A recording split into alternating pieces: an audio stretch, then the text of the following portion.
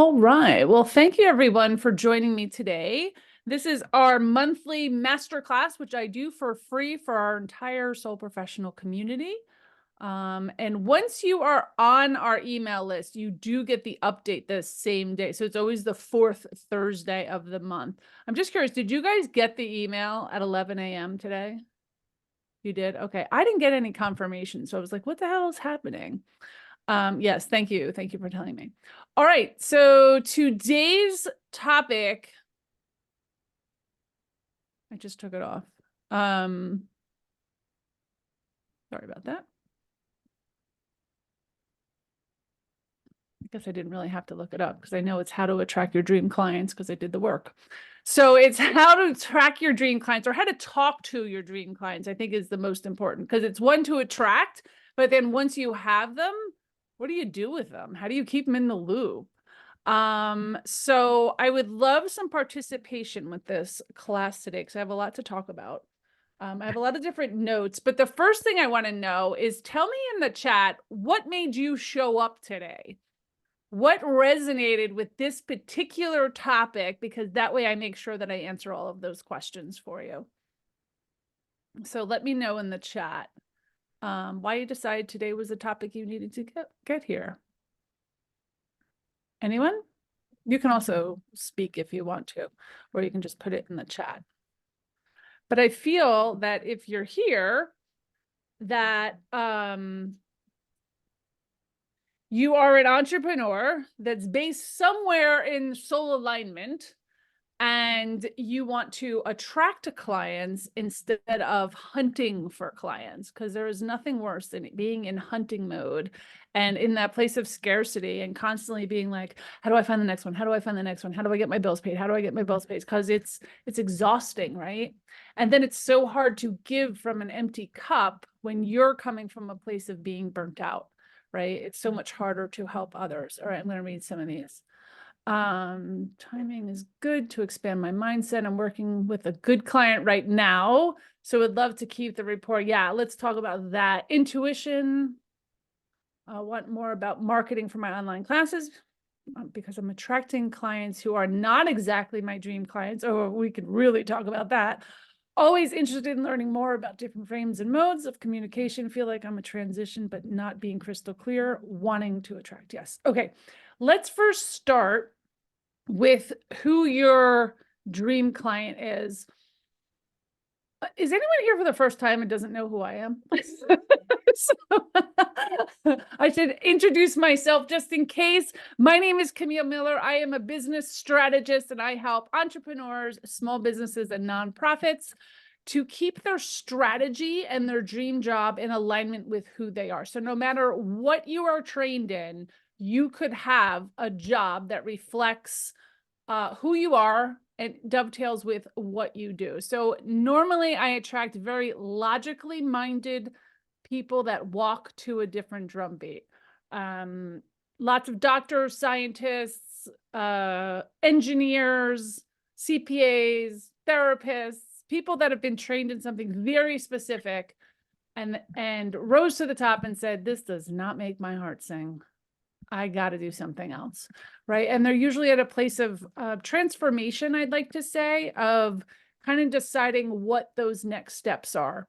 So sometimes personally, I work with CEOs or people that have climbed the corporate ladder and now they're looking for an exit strategy or something of what's next in life.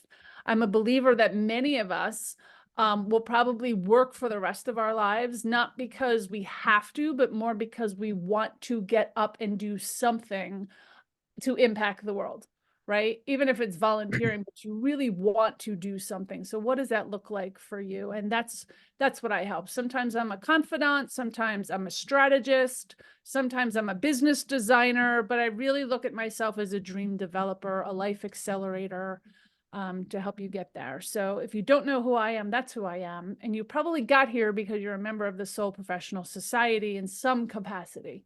So, thank you for being here.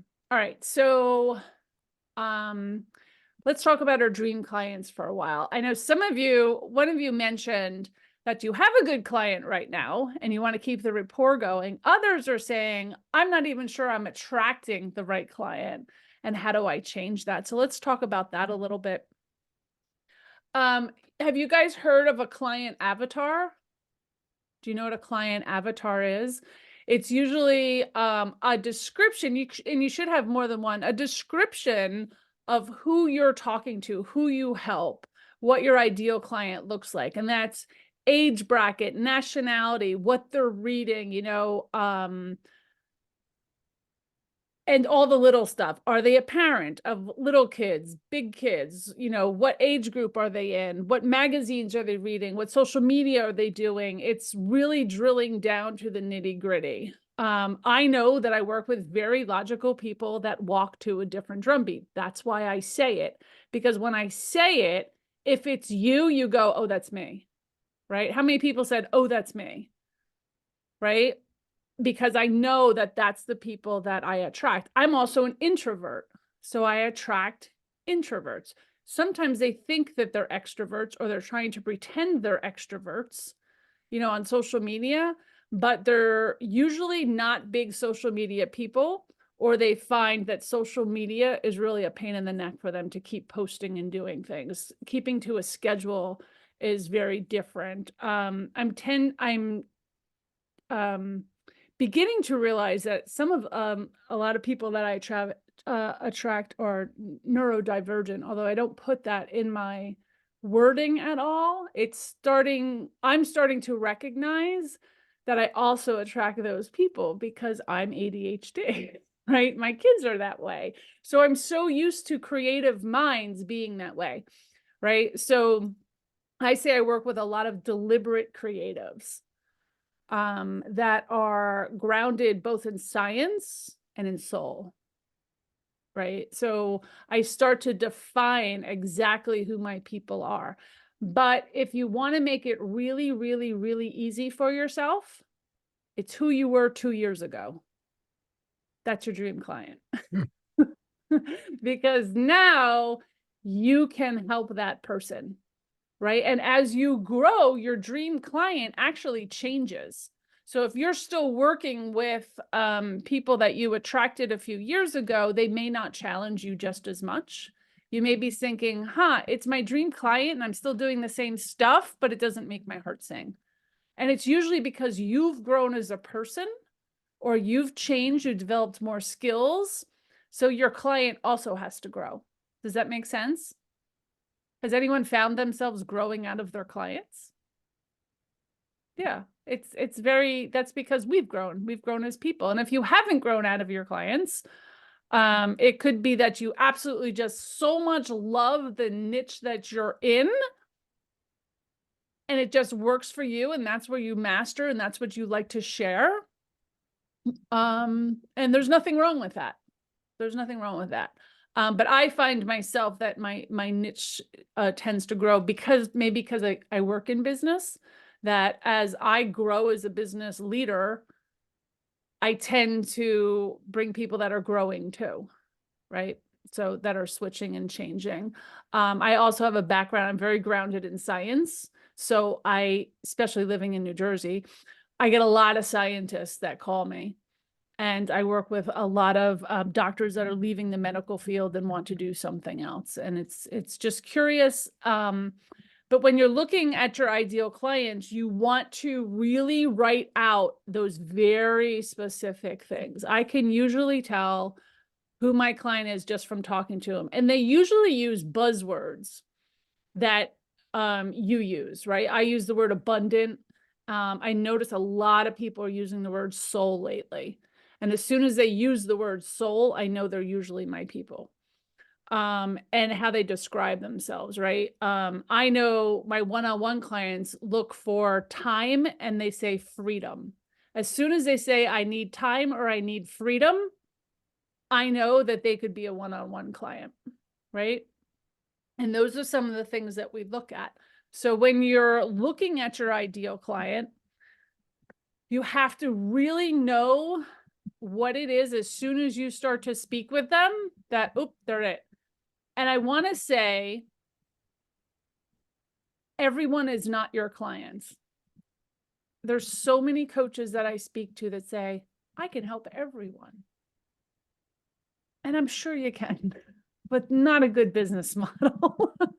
Not a good business model. So by having the avatar, you're really doing the bullseye on a target, right? That red little dot in the middle. But that doesn't mean that you can't help the people around those other circles, right? But when you're using your avatar for your marketing, because it's who you are specifically talking to, you want to go towards that red dot as specifically as you can.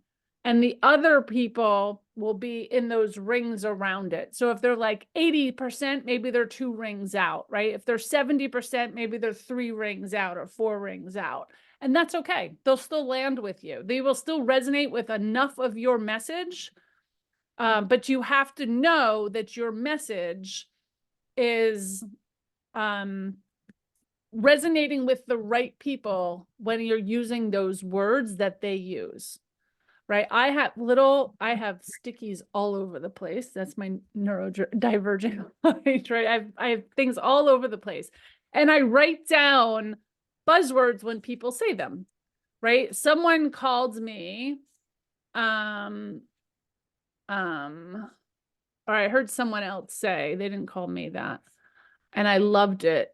It was a Swiss Army knife for entrepreneurs. And I loved it. And I put it down. And then someone called when they were talking about my services. I met them in a one-on-one. And when they were regurgitating back what I said, they said, so what you do is you help people put the puzzle pieces together before they can see the picture on the box. And I was like, oh my God, this is so good, right? It's so good because I hear all the puzzle pieces and I try to put them together for them. But we don't see the big picture yet. And I help them see that picture that's on the box. And I write these all down because you never know when you're going to use them, right? Someone called me a bridge. Someone called me a brain clearer, right? Someone said you amplify the amplifiers. Right? These are all good. Someone called me a dream developer, an architect, a designer. These are all in there. And remember, none of these words have the word business in them. Not one. And I was calling myself a business strategist. So, so the thought here, what I'm trying to get across is you have to listen to how others describe you. And if it resonates with you, like when people, especially the puzzle piece one, I was like, wow, that's good. Because they said it better than I said it, right? And you can start to hear the words as people see you, especially if they've worked with you before and they are an ideal client. Hearing what they say is really, really important, right? And then to start to use those words when you talk to people. And see what resonates, see how it flows from you. I am constantly trying new ways. This is me. Constantly using different words and changing things. I write out all these sentences, and every time I show up at a networking thing, I try a new sentence until it feels good. And then someone once told me, and I'm sharing with you because it's so good, that when it comes out so smoothly, like you don't have to look at your notes anymore, that's actually who you are because you just know. It feels right when you tell somebody. So it's really good to practice all the time. I'm a big proponent of networking and getting out there and refining your message. Not everyone's supposed to land with you. Not everyone's supposed to, and that's okay. But also know that those that do land with you, you can help, right? There is no scenario that you've attracted someone you can't help. So when you say, oh, that's not really me, or I'm not sure, or that's way above me, I'm not there yet, because I've been in those situations and I'm like, I don't know if I should take this job.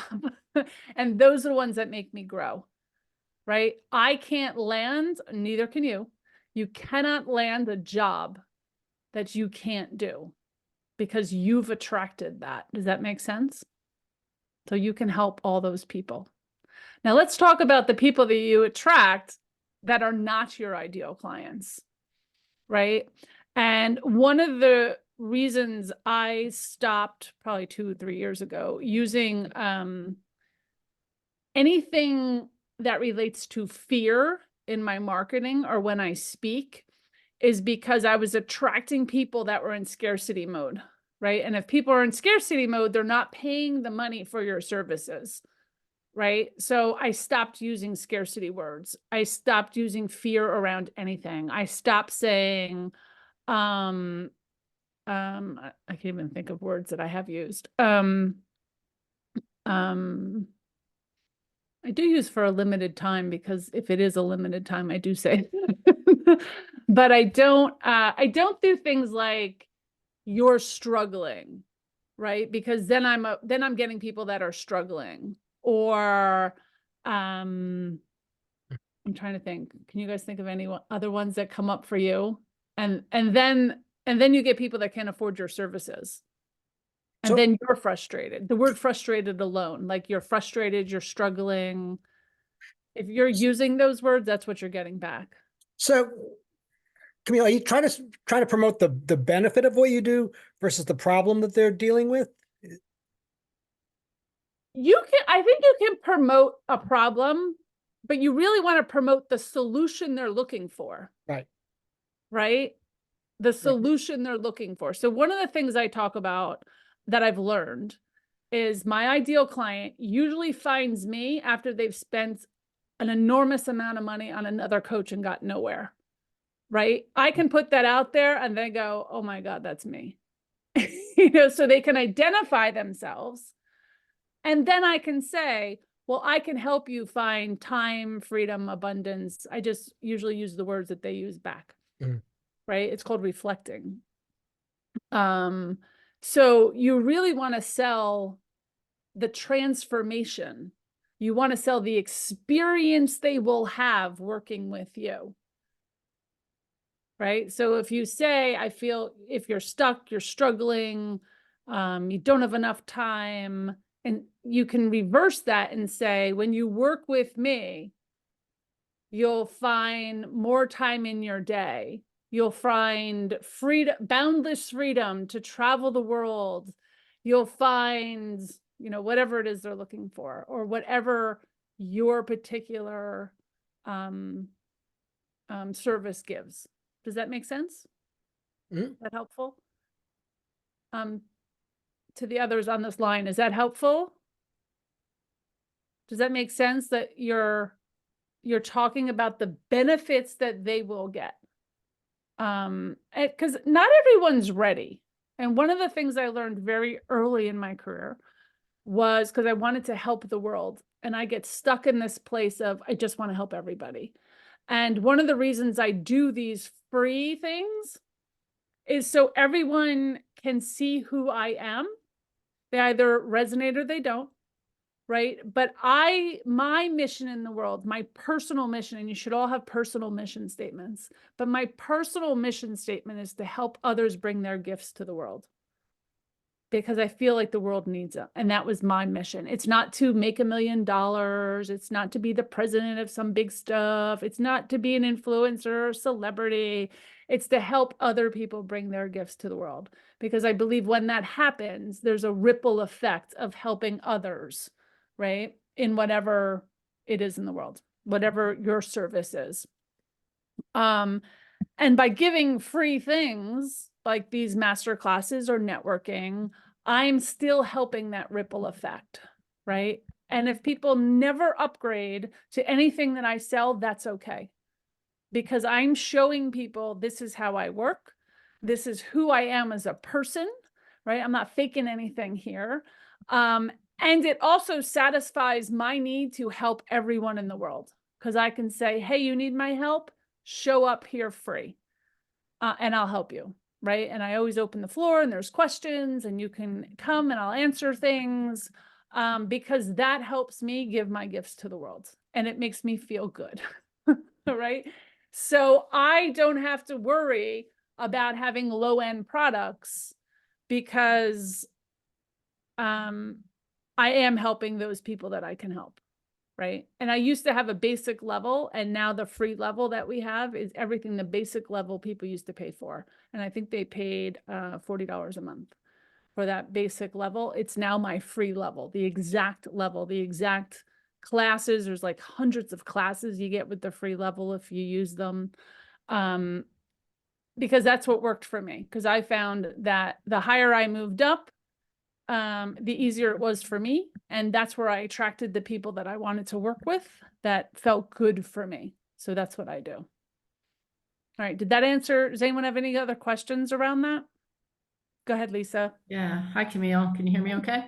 I sure can. Yeah, nice to meet you.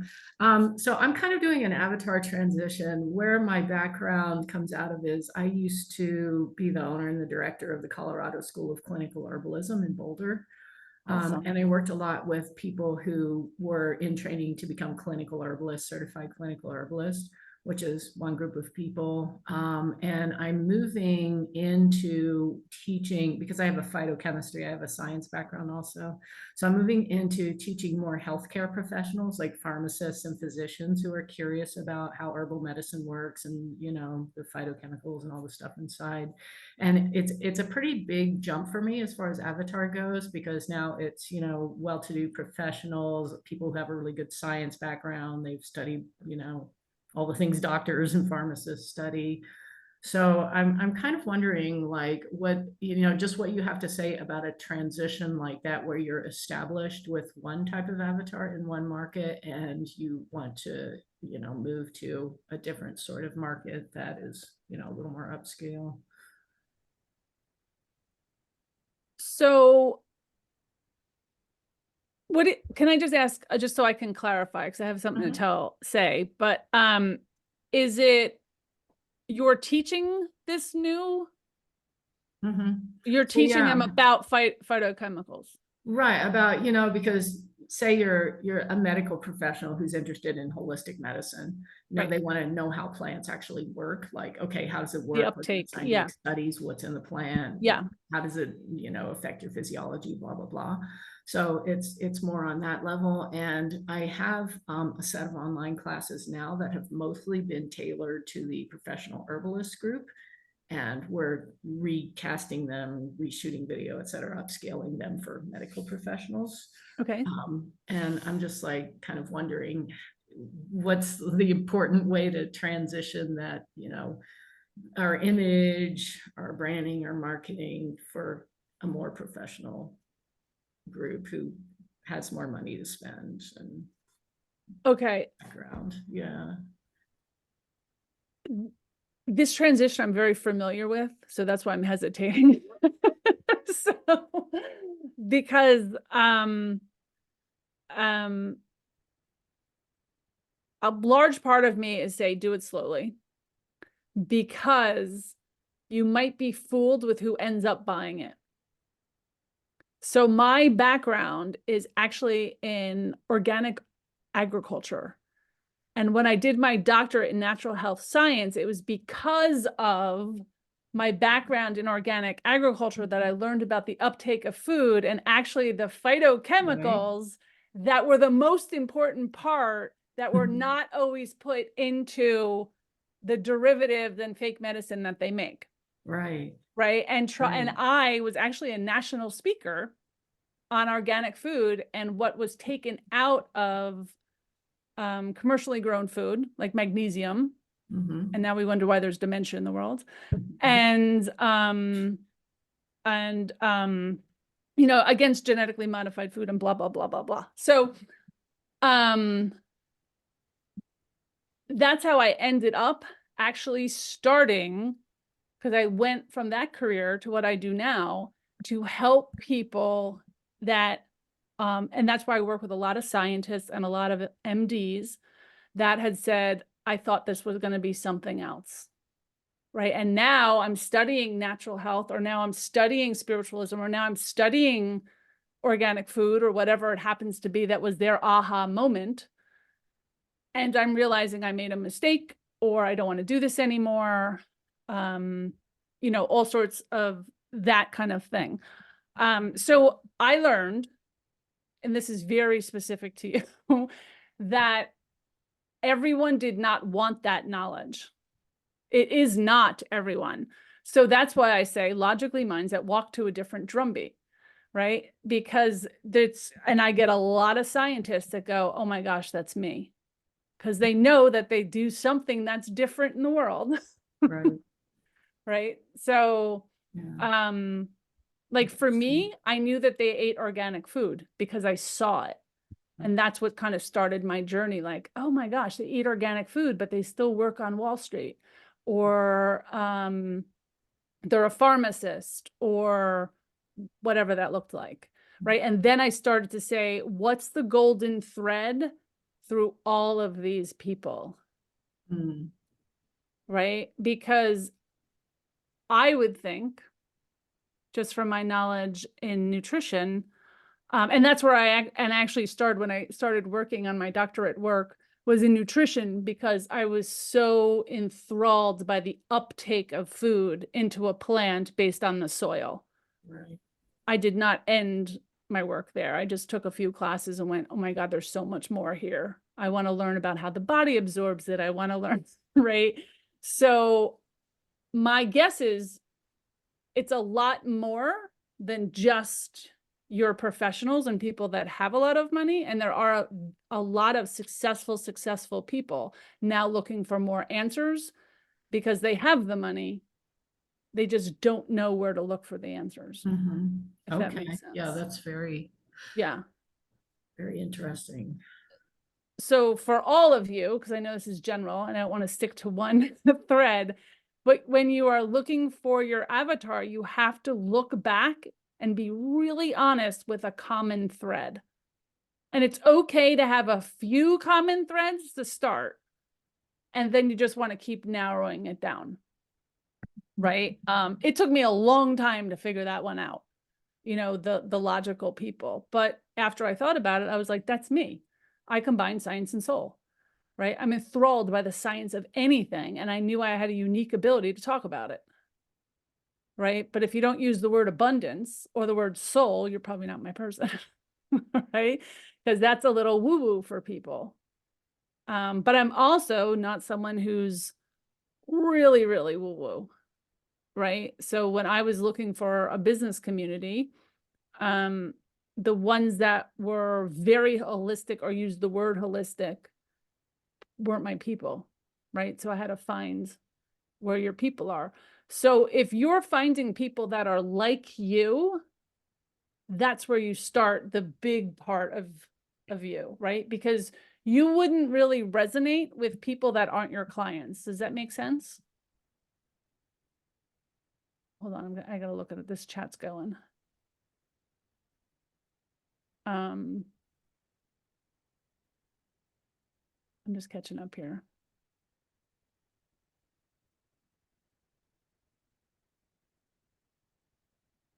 No one likes change. I use lifestyle change, but no one likes change. That's true. I'm trying to think of a different word for change. Transformation. Or after the lifestyle change, what do they find themselves in? Right? Or the lifestyle change so you can travel, so you can have boundless freedom. Like, I don't know what that is. You know, if they're searching for something more, just time. Time is a big one for people.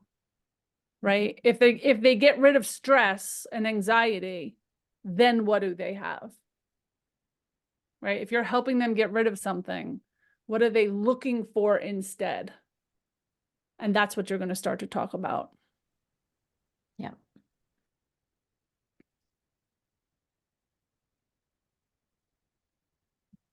Nikki says more people are motivated by pain, but like you said, they don't always have the money to invest when they're in that lack mindset. Yeah. So I just want to talk about this on a little bit because I do believe that people that talk about pain all the time, or I can't, when they're using those kind of words, it's because they're very happy where they are. So it would be rare for you to be able to get them to spend money on whatever your services if they're stuck in that pain place. Does that make sense? They like it there. They like it there. They're not ready yet, and that's okay. Right? So I always say, I work with enterprising individuals. And there was a lot of thesaurus work to get that word. Right? Because I went to growth minded. I went through a lot of things, and I was like enterprising because I really work with entrepreneurs and people that are visionaries thinking outside of the box. That's my best client, right? So finds that.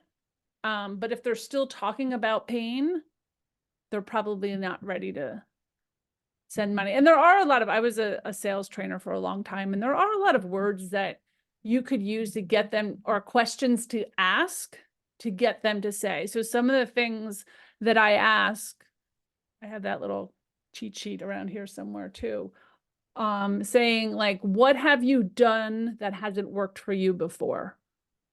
Right? Because you can hear how they're starting to talk. What have you done that hasn't worked for you before?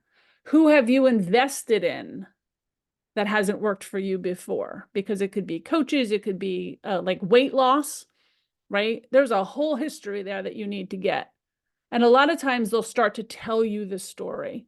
And I can tell you, people like you best when you keep them talking. Right? Don't talk about yourself. Don't talk about all the things you can do. You may know the answers, don't give it to them. And not from a place of your own scarcity, like you don't want to share, but allow them to talk, allow them to tell you. And this is going to transition really nicely into the second part. Hold on, I just heard a beep. Oh, Paul. Of finding your clients, interacting with your clients, talking about the things that your clients are talking about. When you're out networking, when you are out then having one-on-ones and follow-up, like it's not just showing up at a networking group for those 5 10, that probably 60 minutes, right? It's doing the work afterwards that you're building a relationship. And you don't always have to have a relationship that creates money between you, right? People can help you in all areas of your life. And I will share something. I have so many thoughts running through my head. This is my like, don't forget to tell them this. But actually, I can see Victor on the thing. So I wanted to tell a story about meeting people, because Victor and I met through someone else, Raj.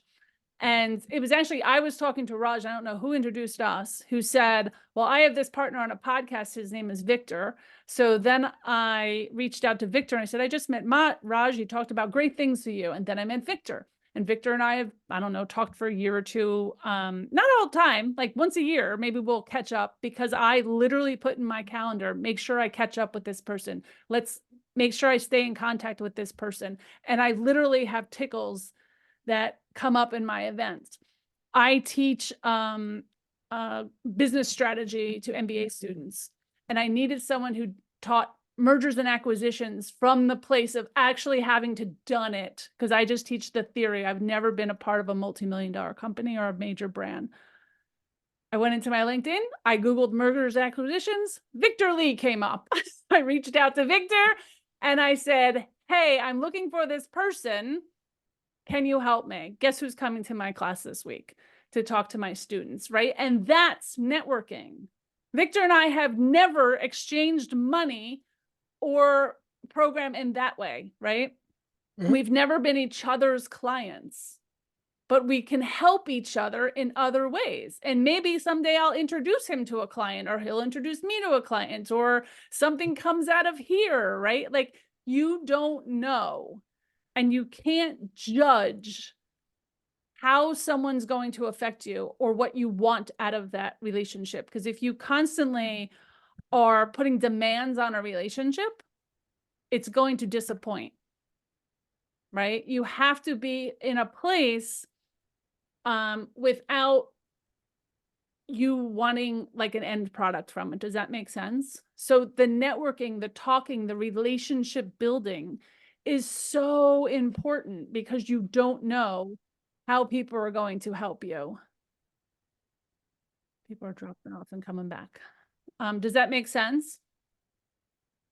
So Perfect sense. Hey, it worked with us, right? it worked with us. It worked with a lot. I had someone come to the class yesterday who literally 2 weeks ago, when I decided to have speakers show up, I needed someone in HR that ran multiple global companies. And it was someone in the Soul Professional Network that said, wait, I can make that introduction for you. And made an introduction, jumped on a call, and she showed up in my class yesterday. And I didn't even know anyone in my network. And I mean, she talked for it was amazing. And stuff that I didn't know nor could teach. Right? But it's my job to expose, I believe it's my job to expose my students to the best of the best, right? To give them the experience. But I could not have done that without my network. So your network helps. So when you're looking for your ideal client, it's not always the person who's directly in front of you, right? But when you keep talking about, hey, this is who I need, or this is what I'm looking for, in our premium membership, we have something called Next Level Leads, right? Where we go deep into, you know who I need to know. And it's not, and we don't talk end clients. It's not your end client. I need to know someone who shares the same like avatar, the same client that I share, right? So I ended up meeting and we introduced people to other people that aren't in our immediate networks, but people that we've met over time, right? And I ended up meeting someone that does the work after someone works with me. She's more of a branding expert. And when I do strategy work, I put together like a whole framework, your packages, your pricing, how you'll attract a client, your funnels, like we do all of it, right? But it's the framework of how your business works. She's the next level of the exact client we have that I can say, hey, from here, I know a really good branding person when you're ready. A lot of times people get the branding person first because they're thinking, well, if I just market myself better, I'll have clients. And usually that's backwards. And she goes, I can't tell you how many people come here and they have no idea what they sell. She goes, I need to send them to you. So a partnership might work there. But the thing is, we didn't know that, right? It was like through a network, and it's not an end product, and we will never be each other's clients, right? So you can't, you need a very broad stroke when you're looking at networking. Or saying, hey, I just like to get on some podcast. Do you know everyone? I can't tell you how many people I help get on podcasts and do other things. So your ideal client sometimes comes through someone else that uses that same client. Does that make sense? And when people refer you, they're more likely to use your services or trust you, right? It's that know, like, and trust analogy. I don't know if analogy is the right word, but that's how you find your ideal client. So another thing I want to talk about, social media. And I talked about this in the last masterclass, but I think it's really important to say again. Because your client is really you 2 years ago, you know your client intimately. You know what your client likes, you know what they don't like, and you probably know a lot more than you think you know. So it's a great idea just to kind of write it out. What is my client? Share on social media, if that's what you choose to do. Most of my clients don't love social media, but they'll click through it or look through it, but they're not usually that active in it. And I have a TikTok channel because I'm not really good at scheduling and doing things on a schedule. I do things more on a whim. And if I have an idea, I'll make a video and then I put it everywhere. And that's how I do everything. I'm not going to be writing long stories or long posts, and nor will I ever read them, right? I don't write long emails because I don't read them. And if I don't read them, my clients aren't reading them. Right. So think about that when you're doing things, right? I don't have an Instagram account. I once had a marketing firm that created one for me. So there's one out there, but I don't use it. I don't use Instagram. I don't get clients on Instagram. I do use LinkedIn a lot, right? I meet a lot of people on LinkedIn. I was in a networking group the other day. It had the word soul in it. So I went for the first time. Not one person was on LinkedIn. And I sat there and went, are these my people? Are these not my people? They're using the right words, but not one of them was on LinkedIn. And LinkedIn is a major hub for me. It's how I connect people. If I make introductions for you, I usually do it through LinkedIn. I'm always looking at people's profiles and what they're doing for authors for my book, get them all through LinkedIn and check out who they are, their recommendations. LinkedIn is big for me. I have not made a decision on this, but it's something that came up because I'm like, not one of them are on LinkedIn. Is LinkedIn part of my profile, like part of my avatar profile? So almost all of my clients or people in the sole professional community, whether they end up as an end client or not, people that are part of my community, all know who Esther Hicks is. Who here knows who Esther Hicks is? Mary Ellen, you don't know who Esther Hicks is? It's not coming to me, but I've heard of Esther Hicks, All but I right. don't know what she does. Do we get That's extra points if we say we know who Abraham is also? Yeah. Yes. So it's usually the first place people start on their spiritual journey is to listen to Esther Hicks. And it was like one of the first books I listened to, and she's quoted all over the place, but Esther Hicks is a big one. So I'm like, people usually know who Esther Hicks is, right? As I start to read books in the business world, I talk about the books that I read a lot. Paul and I are co-hosting a Think and Grow Rich book club, weekly book club that we talk about the philosophy of success. And it's a very spiritual book, the original manuscript. So we only do the original manuscript. And we talk about it in the community. And we have a weekly study group on the philosophy of success. So I can talk about that.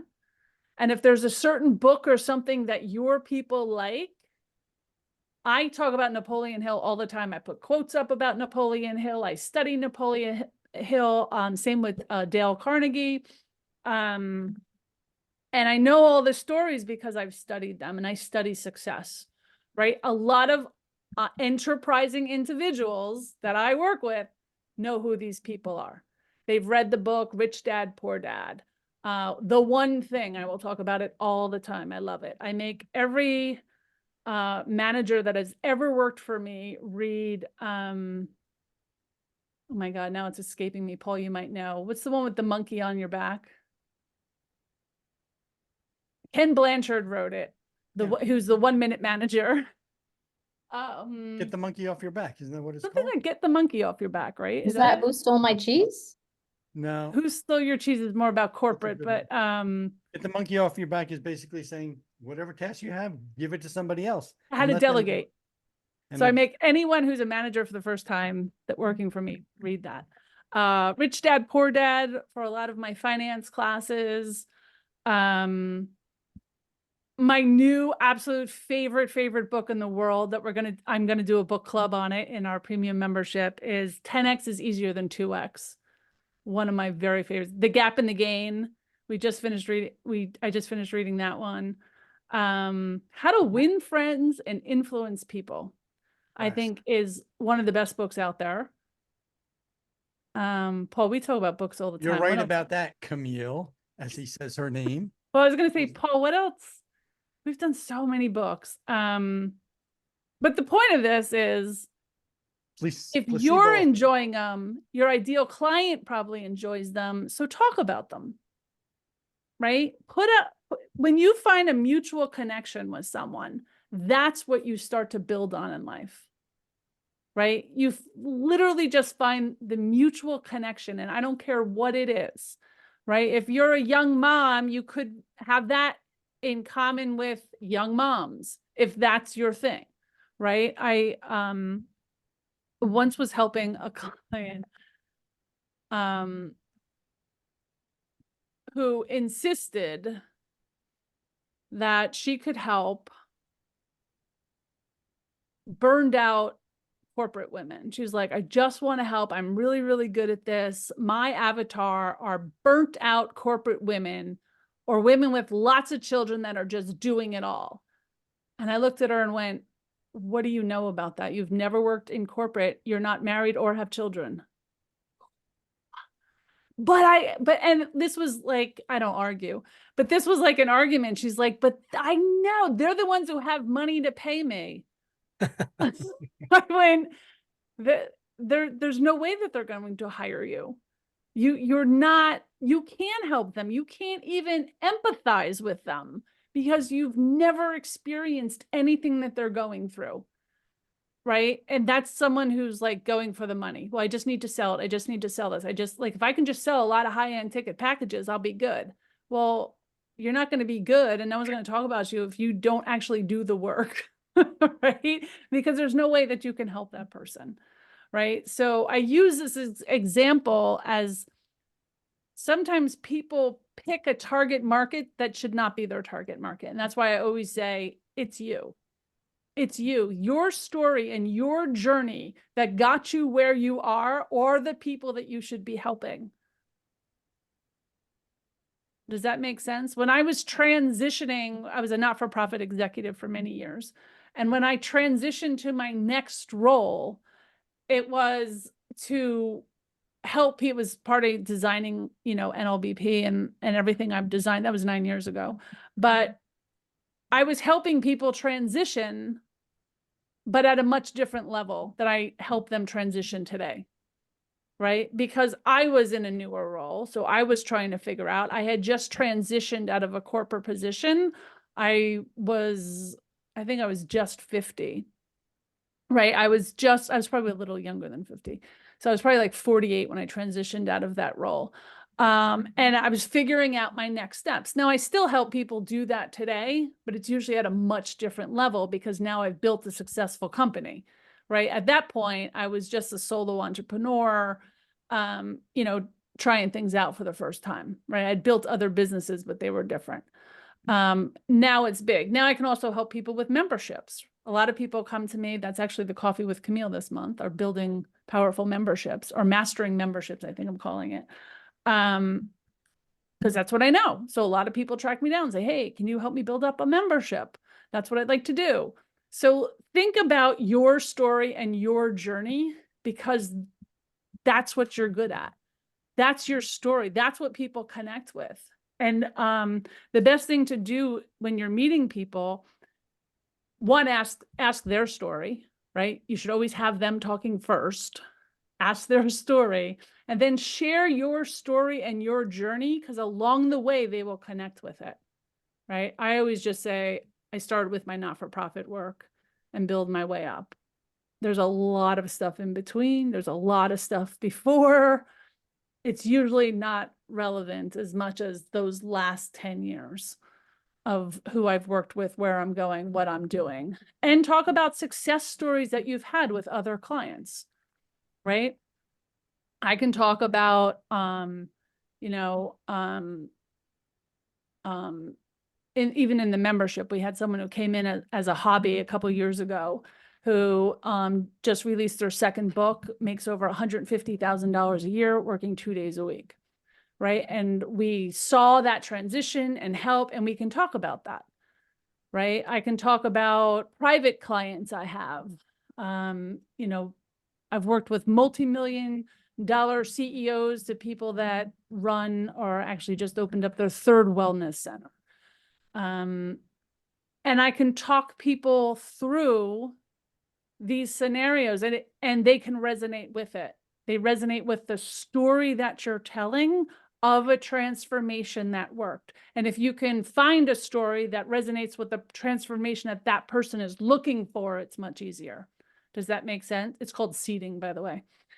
You're telling stories along the way of people going, oh, I could use that. Oh, I can use that. But you're not really selling, you're sharing stories of success that you've had with other people. Does that make sense?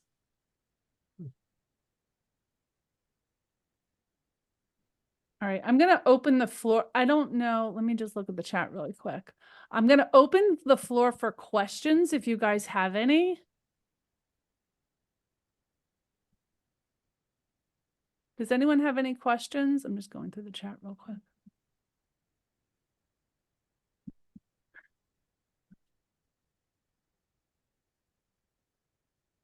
I can't see. I'll jump in if no one else is Go ahead, Lisa. burning. I thought that was really interesting what you said about, because I've been thinking, okay, pharmacists, physicians, naturopathic physicians, et cetera. But that piqued my curiosity, what you said about other clients who might be other kind of professionals who might have a scientific background or engineering or whatever, who might be developing an interest in more natural health, natural food, natural medicine. Which, by the way, the herbal medicine part that I follow also is very, very nutrition based. It's called vitalist herbalism. So I'm just curious to think a little bit more about that. Like, how would I connect with those sorts of people? Because I haven't really been thinking like that. I've been thinking herbalists, nutritionists, medical professionals. So think of a common thread that they all have, right? They're all based in science. Okay. Logical minded, probably. They care about their health, right? So they could also be like runners and fitness buffs and hikers, usually hiking, because I find hiking is about nature, right? Oh, yeah, so when cool.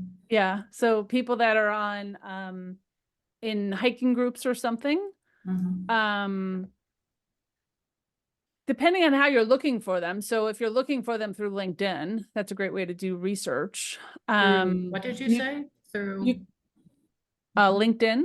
Oh, okay, yeah. So if you look through LinkedIn, you could look up certain companies or professions. I was talking to someone who I've never used it, but it was a great clue.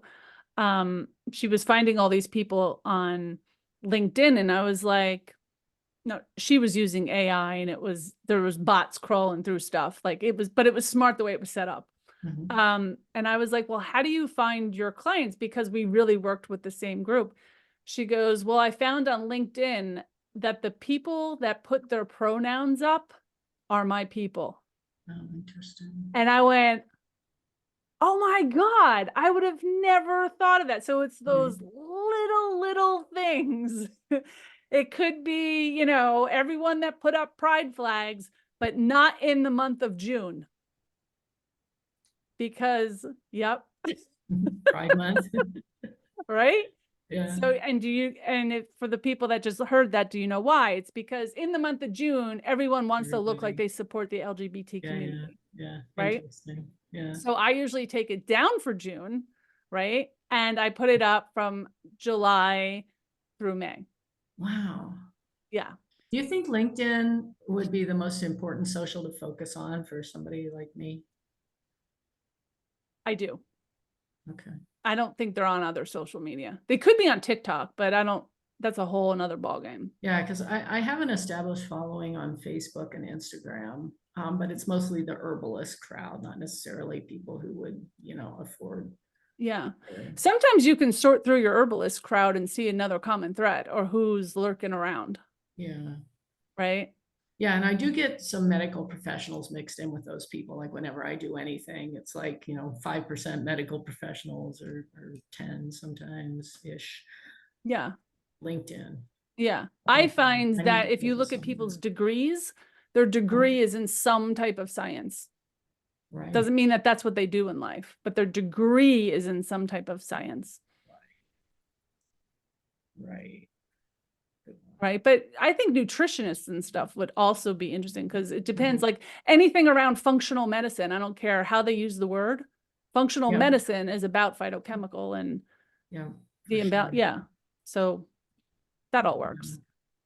All right, I know that we're up on the hour. Hopefully I answered some questions for you guys. I do always take like the not so linear, obvious ways to teach business. Amy, did you have a question? No? Yeah, I was just wondering if you had any other tips. My life got a little side railed because I had to kind of take a curve to help care for my elderly father. And so I kind of lost my momentum with my business as a life coach and, supporting creatives and empaths and highly sensitive people and people who are a little bit like off the beaten path folks.